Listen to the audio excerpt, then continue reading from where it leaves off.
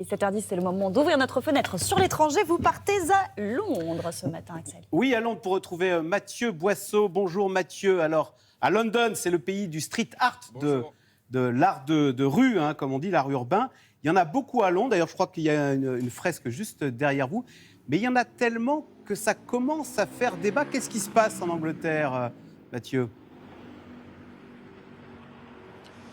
Effectivement, c'est un art qui se développe de plus en plus. Je ne parle pas des tags qui s'écrivent sur les bâtiments et qu'il faut régulièrement nettoyer. Non, je parle des fresques murales. Ce sont des œuvres d'art.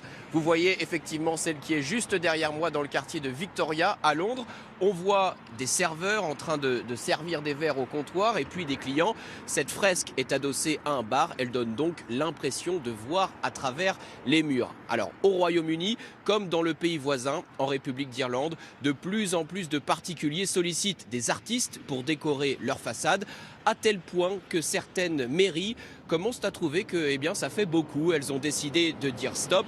C'est vrai qu'on peut se poser la question, est-il souhaitable que tous les bâtiments soient décorés ? C'est une question de goût, mais c'est aussi et surtout une question d'urbanisme et de vivre ensemble. Direction donc Dublin, où la polémique fait rage. C'est un reportage réalisé par Maëlys Septembre et Charline Madini. Parmi les peintures de la discorde, ce visage, celui d'un présentateur britannique, peint sur la façade de cette maison au cœur de Dublin. Ou encore cette fresque murale intitulée « Le garçon au cheval », des œuvres de street art créées par le collectif Subset, avec l'accord des propriétaires des bâtiments, mais sans la permission de la mairie.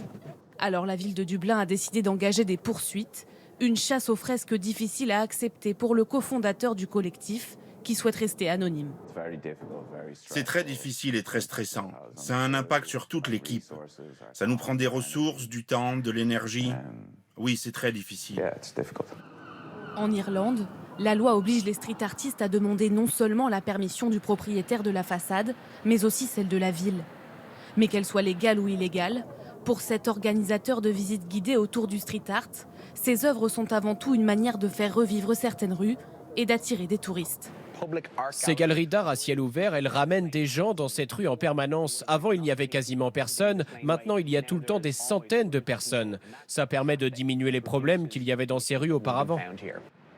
La mairie de Dublin n'a pas souhaité commenter l'affaire, mais dit avoir approuvé 35 œuvres d'art urbain l'an passé, envisagées dans des lieux appropriés.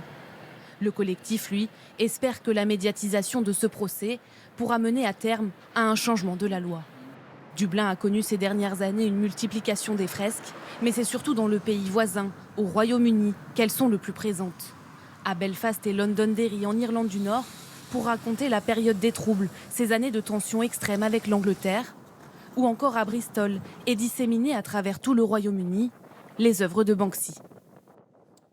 Et Mathieu, quelle est la réglementation exactement concernant ce street art ?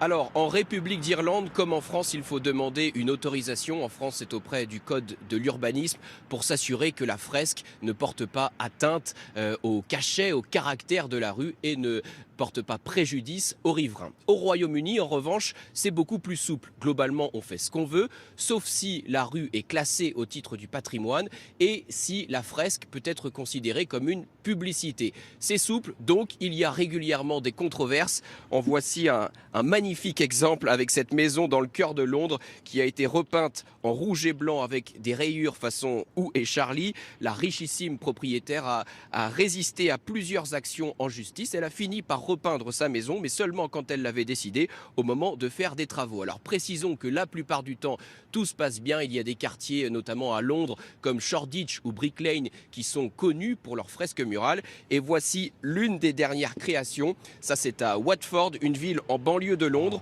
Hommage à Elton John. Elton John qui a été le propriétaire du club de Watford et qui mène actuellement sa tournée d'adieu. Merci Mathieu.